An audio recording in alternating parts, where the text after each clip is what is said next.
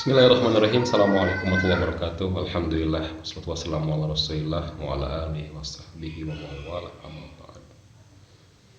Alhamdulillah, kita panjatkan bersyukur kepada Allah kembali bisa bersilaturahim di mata kuliah PAI. Para mahasiswa-mahasiswi sekalian, kita bertemu kembali masih dalam situasi ujian Allah ya, COVID. Kita melaksanakan secara daring. Insya Allah kalau kesempatan berikutnya kita akan bertemu secara luring atau tatap muka. Pertemuan saat ini kita akan membahas tentang lebih spesifik di konsep pertanian dalam Islam, itu zakat pertanian. Nah, ini silahkan sudah ada cukup lengkap sebetulnya di slide-nya, tinggal kita kaji bersama-sama saja.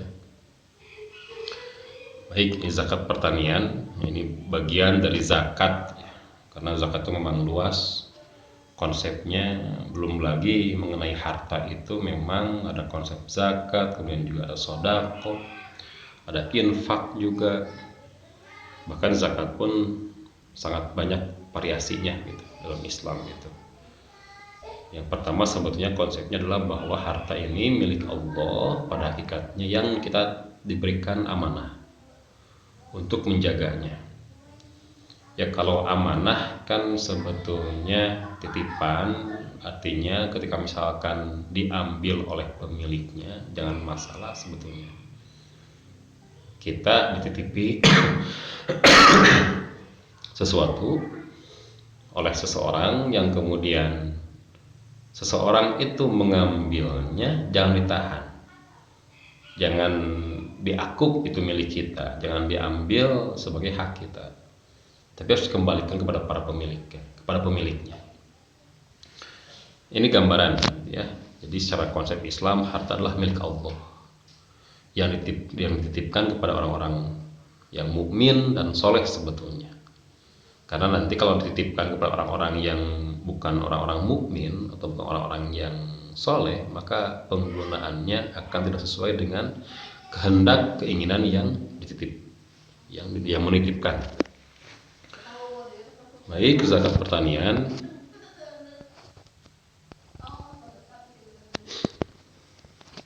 Ini gambaran umum zakat secara atau bahasa istilah Arabnya mafahim haulahu ya. Mafahim haulahu. Gambaran sekitar tentang zakat. Zakat adalah ibadah maliyah ijtimaiyah ya, yang memiliki posisi sangat penting, strategis dan menentukan, baik dilihat dari sisi pembangunan kesejahteraan umat sebagai suatu ibadah pokok. Zakat termasuk salah satu rukun ketiga dari rukun Islam yang kelima, supaya diungkapkan dalam berbagai hadis Nabi, sehingga keberadaannya dianggap sebagai maklum minad din bid-darurah ya. Diketahui secara otomatis adanya dan merupakan bagian mutlak dari keislaman seseorang sebagai salah satu rukun Islam. Nilai penting zakat bagi pembentukan pribadi dan masyarakat muslim sejati menuntut penguasaan terhadap pengetahuan akan zakat itu sendiri. Jika rukun Islam, pilar-pilar Islam, tiang Islam, maka seseorang itu dia mengaku muslim, tapi kalau misalkan nggak zakat, sebetulnya dia melakukan penghancuran salah satu dari pilar. Islam adalah sebuah bangunan, sebuah struktur. Jika tidak menunaikan zakat, maka dia telah memajukan salah satu pilar Islam gitu, atau tiang Islam. Baik. Mengingat pentingnya masalah zakat bagi seorang muslim, khususnya yang mampu, maka dalam makalah ini akan menguraikan tentang harta yang wajib dizakati yang telah diterangkan secara eksplisit dalam Al-Quran, nas Al-Quran dan hadis. Dan demikian tujuan dan peranan dari pembahasan makalah ini merupakan pemaparan zakat secara mendasar agar memperoleh landasan yang kuat tentang harta yang wajib dizakati. Kita lihat dari definisi ya. Ya, dalam lisan Arab, ya, lisan orang-orang Arab, zakat merupakan kata dasar masdar dari zakat. Az-zaka artinya adalah suci, berkah, tumbuh, dan terpuji. Yang semua arti ini digunakan dalam menerjemahkan Al-Quran dan hadis. Sedangkan dari segi istilah fikih zakat berarti sejumlah harta tertentu yang diwajibkan Allah diserahkan kepada orang yang berhak menerimanya. Ini kalau yang memberikan zakat disebut muzaki, kalau yang berhak menerima zakat disebut mustahik. Di samping berarti mengeluarkan jumlah tertentu itu sendiri. Itu secara fikih, istilah fikih ya, istilah para fuqaha. Kalau menurut terminologi syariat, zakat adalah nama bagi sejumlah harta tertentu yang telah mencapai syarat tertentu pula, yang diwajibkan oleh Allah untuk dikeluarkan dan diberikan kepada orang-orang yang berhak menerimanya. Ya, jadi secara bahasa itu sebetulnya tumbuh, kemudian juga berkembang, juga ada istilah lagi suci.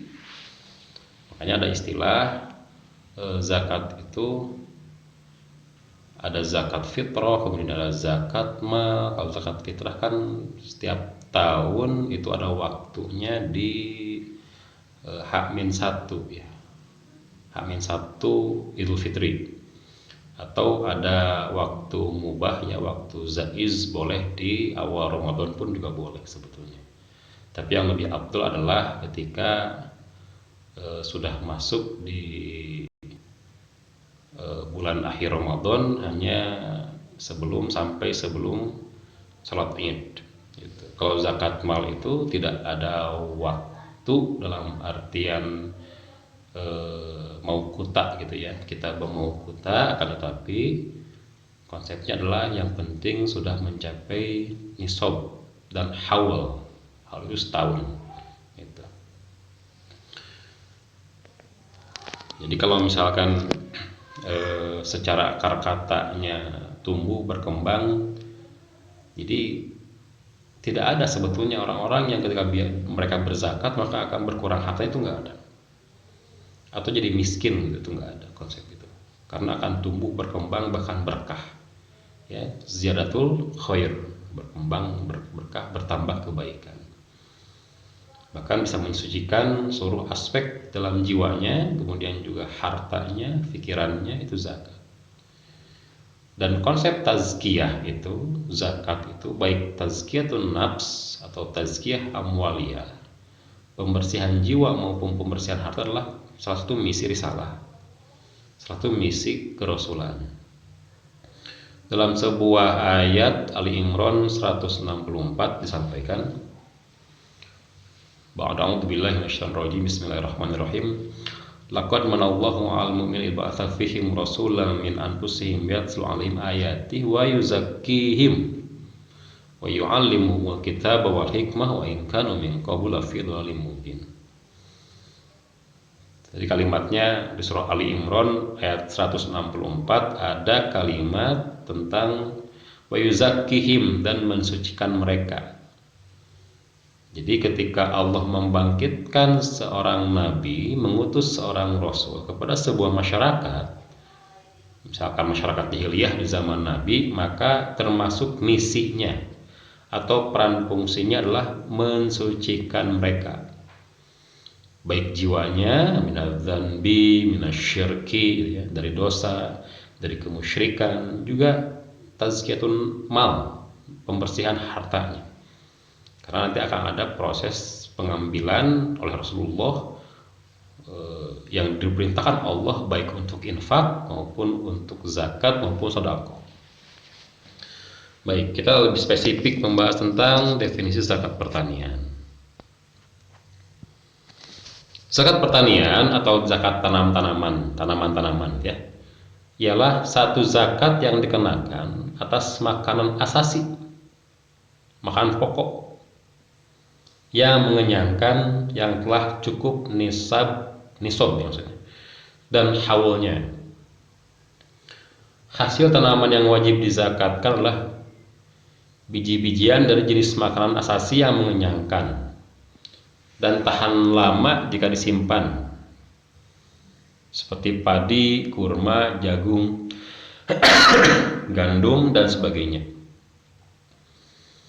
Kalau kita bagi penduduk bahasa Indonesia berarti makanan pokoknya apa? Ya, nasi, dan nasi adalah berasal dari padi. Maka untuk Indonesia dikeluarkanlah zakat padi. Zakat pertanian di sini maksudnya zakat bahan-bahan yang digunakan sebagai makanan pokok dan tidak busuk disimpan. Hasil pertanian, tanaman-tanaman yang tanaman-tanaman maupun buah-buahan wajib dikeluarkan zakatnya apabila sudah memenuhi persyaratannya. Jadi tidak ada zakat tanam-tanaman atau zakat pertanian untuk sayur-sayuran, gitu ya. Tapi hanya yang tadi disebutkan makanan pokok ini semua disepakati oleh seluruh madhab, mayoritas. Ada madhab Abu Hanifah yang di dalam kitab Fikih Sunnah yang mengharuskan zakat bagi sayur-sayuran yang disengaja ditanam kemudian diambil hasilnya, gitu. Tapi ini minoritas, mayoritasnya tadi disebutkan gandum, padi, kurma, jagung. Kalau dalam istilah yang hadis yang lain ada anggur, gitu. Baik. Nah, ini syarat wajib harta hasil pertanian untuk zakat. Satu, berupa biji-bijian atau buah-buahan. Ini berdasarkan hadis Abu Sa'id Al-Khudri radhiyallahu anhu secara marfu yang berbunyi, "Laisa fi habban wala thamarin sadaqatun hatta yablugha khamsata awsuq." Tidak ada kewajiban zakat pada biji-bijian dan buah kurma hingga mencapai 5 ausak atau 5 wasak. Hadis riwayat Muslim. Ini sebetulnya lebih spesifik kepada nisabnya. Ya, nisabnya. Batas minimal zakat pertanian itu ketika sudah mencapai 5 wasak. Dan di sini berarti hadis ini menunjukkan adanya kewajiban zakat pada biji-bijian dan buah kurma, selainnya tidak dimasukkan di sini.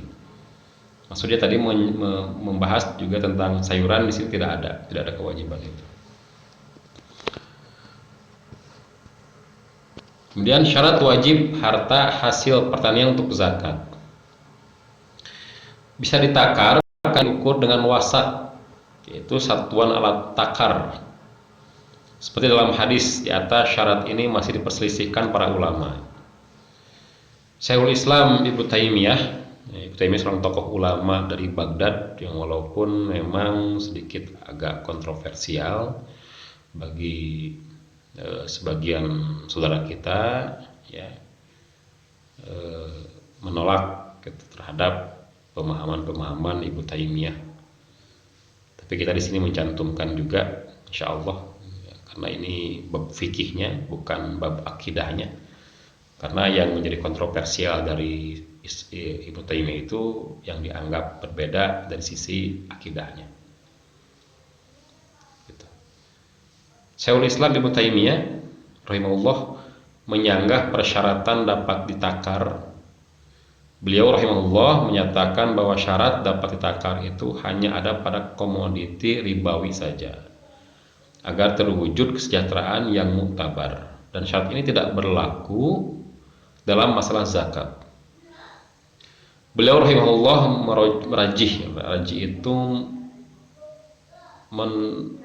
mengambil sebuah pendapat yang sangat kuat yang menetapkan syarat wajib zakat pada barang yang keluar dari bumi hanyalah dapat disimpan, ya, karena adanya pengertian yang sesuai dengan kewajiban zakat. Berbeda dengan takaran karena ia sekedar satuan ukuran semata dan timbangan pun sama artinya dengannya. Ya. Nah, ini Ini referensinya ya, disederhanakan saja ya, ada fikih sunnah juga, ini Sayyid Sabiq, silahkan kalau yang suka baca dikaji saja lebih lengkap Sahih fikih sunnah. Yang roji, yang pendapat paling kuat maksudnya Allah alam, persyaratan dapat ditakar adalah mu'tabar ya, karena Nabi SAW menggunakan takaran wasak dalam menentukan nisab zakat hasil pertanian dan perkebunan ini. Oleh karena itu Sholih bin Abdullah Al-Fauzan hafizahullah, ini memang slide-nya referensinya itu dari salah satu kelompok ya, yang bermadhabnya madhab Hambali, Bapak kira gitu, tidak apa-apa. Beliau menyatakan diwajibkan zakat pada hasil perkebunan seperti kurma, anggur kering dan sejenisnya dari semua yang ditakar dan dapat disimpan lama. Jadi double gitu ya, yang dapat disimpan lama juga bisa ditakar ya, diukur ya dengan tadi. Yang ketiga adalah dapat disimpan, karena semua komoditas atau komoditi yang disepakati dikenai kewajiban zakat berupa komoditi yang dapat disimpan. Oleh karena itu diwajibkan zakat pada semua biji-bijian dan buah-buahan yang dapat ditakar dan disimpan, gandum, kurma, anggur kering ya, dan lain-lain. Yang keempatnya, ini syarat yang lain, tumbuh dengan usaha dari manusia. Tanaman yang tumbuh liar tidak ada zakatnya karena bukan menjadi kepemilikannya secara resmi. Syarat ini diungkapkan dengan istilah wa yu'tabaru ayyakunan nisabu mamlukan lahu waqta wujubiz zakah. Dan nisab yang dianggap adalah nisab yang menjadi miliknya ketika ke waktu kewajiban zakat. Gitu. Kemudian syarat wajib yang kelima, mencapai nisab, yaitu seukuran 5 wasak. Berdasarkan sabda Rasulullah SAW, laisa fi habba wala thamar shadaqatu hatta yablugha khamsata awsaq. Tidak ada kewajiban zakat pada biji-bijian dan buah kurma hingga mencapai 5 wasak. Nah, kita lihat ya, karena istilah ini nggak ada di Indonesia, jadi kita perlu menerjemahkan ya, perlu mengkonversi wasak itu berapa gitu. 1 wasak sama dengan 60 sok, dan 1 sok sama dengan 4 mud. 1 mudnya adalah seukuran penuh 2 telapak tangan orang, ukuran sedang, berarti kayak mau ngambil dengan 2 telapak tangan gitu ya, 2 telapak tangan gitu, kayak mau wudhu, kemudian kita ambil. Nah itu 1 mud, 1 mud. Kemudian kali 4 telapak, 2 telapak tangan itu ya, kali 60 kali 5. Paham tidak kira-kira nih? Silahkanlah nanti dikaji gitu ya. Jadi kalau misalkan kira-kira menggunakan ukuran telapak tangan, bisa manual gitu ya, manual itu dengan cara seperti itu. Jadi 1 mud itu 2 telapak tangan, kemudian nanti dikali kalau 4 kali mengambil dengan 2 telapak tangan berarti 1 sok, kali 40 itu 4 kali 60, kemudian nanti kali 5. Itu kalau menggunakan manual gitu ya. Oke. Ini ada ayat-ayat Al-Quran yang mengenai zakat. Firman Allah, A'udzubillahi minasyaitonir rajim. Bismillahirrahmanirrahim.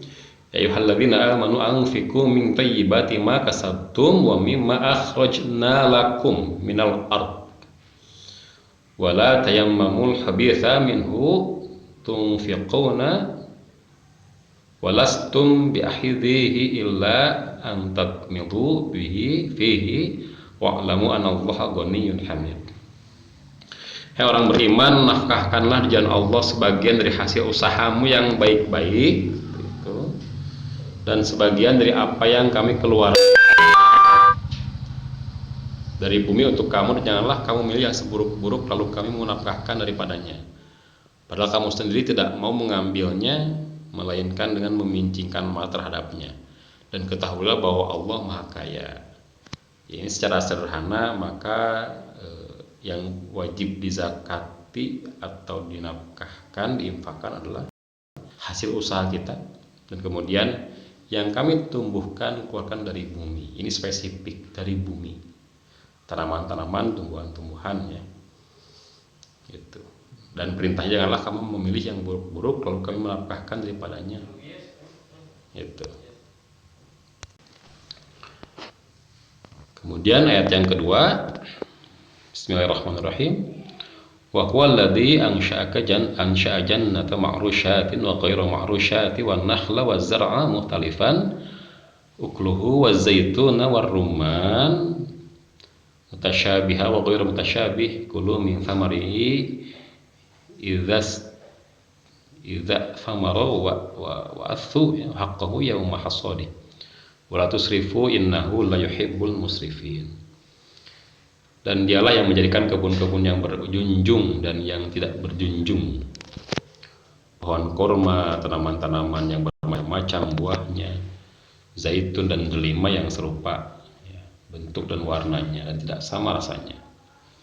Ini bagaimana eksistensi Allah sebagai Rabb yang menjadikan alam ini begitu indah, variasi ya, bermacam-macam ciptaan Allah. Kemudian makanlah dari buahnya yang bermacam-macam itu bila dia berbuah, dan tunaikanlah haknya di hari memetik hasilnya dengan disedekahkan kepada fakir miskin.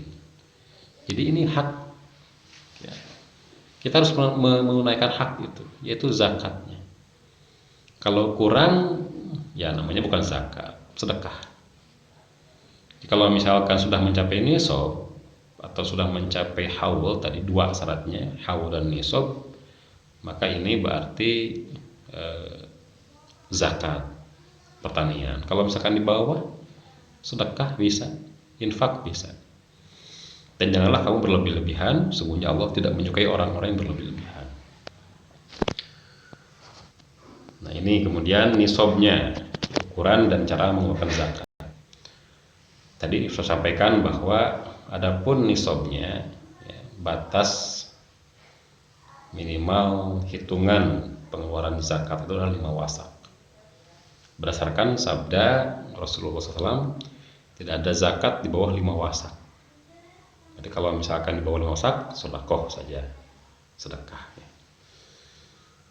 Wasak adalah merupakan satu ukuran satu wasak itu 60 sok. Satu sok itu 4 mud. Perlu dipahami bahwa sok adalah ukuran untuk takaran, yakni 4 takaran 2 telapak tangan orang dewasa. Satu sok sama 3 liter. Nah ini lebih jelas lagi tadi. Satu sok sama 3 liter. Maka satu wasak adalah 180 liter. Silakan matematikanya diingat-ingat lagi, hitungan matematikanya.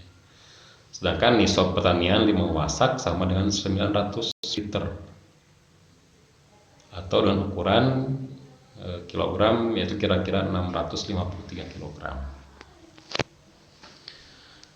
Adapun ukuran yang dikeluarkan bila hasil pertanian didapatkan dengan cara menggunakan alat penyiraman tanaman, nah ini berbeda, ada konsep yang berbeda. Maka zakatnya sebanyak 55%. Jika pertanian itu diairi dengan air hujan, maka zakatnya sebanyak 10%. Gitu. Ini berdasarkan sabda Rasulullah SAW, padi yang disirami air sungai dan hujan, maka 1/10 dan yang disirami dengan pengairan irigasi, maka zakatnya 1/25%. Ya, ini tentunya ada hikmahnya. Kenapa berbeda? Karena kan kalau ada upaya kita mengairi ya bukan dari alam, karena ada pengorbanan kita. Kalau dari alam tanpa ada pengorbanan langsung dari Allah, secara hakikatnya walaupun semua dari Allah sebetulnya, maka ini diambil lebih besar. Kalau ada pengorbanan kita, kemudian juga ini bijaksananya Allah. Allah maha bijaksana, masya Allah. Gitu. Jadi nggak pernah memberatkan kita dalam seluruh ibadahnya. Gitu. Kemudian nisab, ukuran dan cara-cara mengeluarkan zakat. Dalam zakat hasil pertanian tidak menunggu adanya haul, tapi setiap kali panen ada kewajiban zakat. Nah, ini juga berbeda. Ya. Kewajiban zakat disyaratkan ketika biji tanaman telah keras matang. Demikian pula thimar seperti kurma dan anggur telah pantas dipetik dipanen. Sebelum waktu tersebut tidaklah ada kewajiban zakat. Dan di sini tidak mesti seluruh tanaman matang. Jika sebagiannya telah matang, maka seluruh tanaman sudah teranggap matang. Pada sistem pertanian saat ini, biaya tidak sekedar air, akan tapi ada biaya lain seperti pupuk dan obat-obatan lainnya. Untuk mempermudah perhitungan zakatnya, biaya pupuk dan lain sebagainya diambil dari hasil panen. Kemudian sisanya apabila lebih dari senisab, dikeluarkan zakatnya 10% atau 5%, tergantung sistem pengairan yang digunakan. Ini ya silahkanlah dikaji saja, karena Pak kira mudah ya, mudah untuk memahaminya gitu. Kemudian waktu penunaian zakat pertanian dilakukan pada saat memanennya. Biasanya 3 kali ya setahun kalau nggak salah ya. Ini silakan yang kira-kira memiliki orang tuanya atau mungkin kakek neneknya punya sawah atau ladang, ini silakan bisa dipelajari, ditanyakan seperti apa. Pada saat hasil panennya terkumpul, hendaklah dihitung apabila telah mencapai nisab, maka zakat menjadi wajib untuk ditunaikan. Apabila belum mencapai nisab, maka tidak ada zakat bagi hasil panen tersebut. Penunaian zakat tidak usah menunggu waktu 1 tahun atau haul, karena apa yang keluar dari bumi dapat langsung ditunaikan dan tidak diperlukan waktu haul.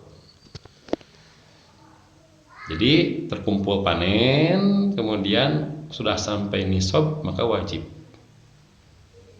Kalau tidak mencapai nisab, tidak ada wajib zakat, paling sedekah lagi nanti konsepnya. Gitu. Oke ya, ini ilustrasinya.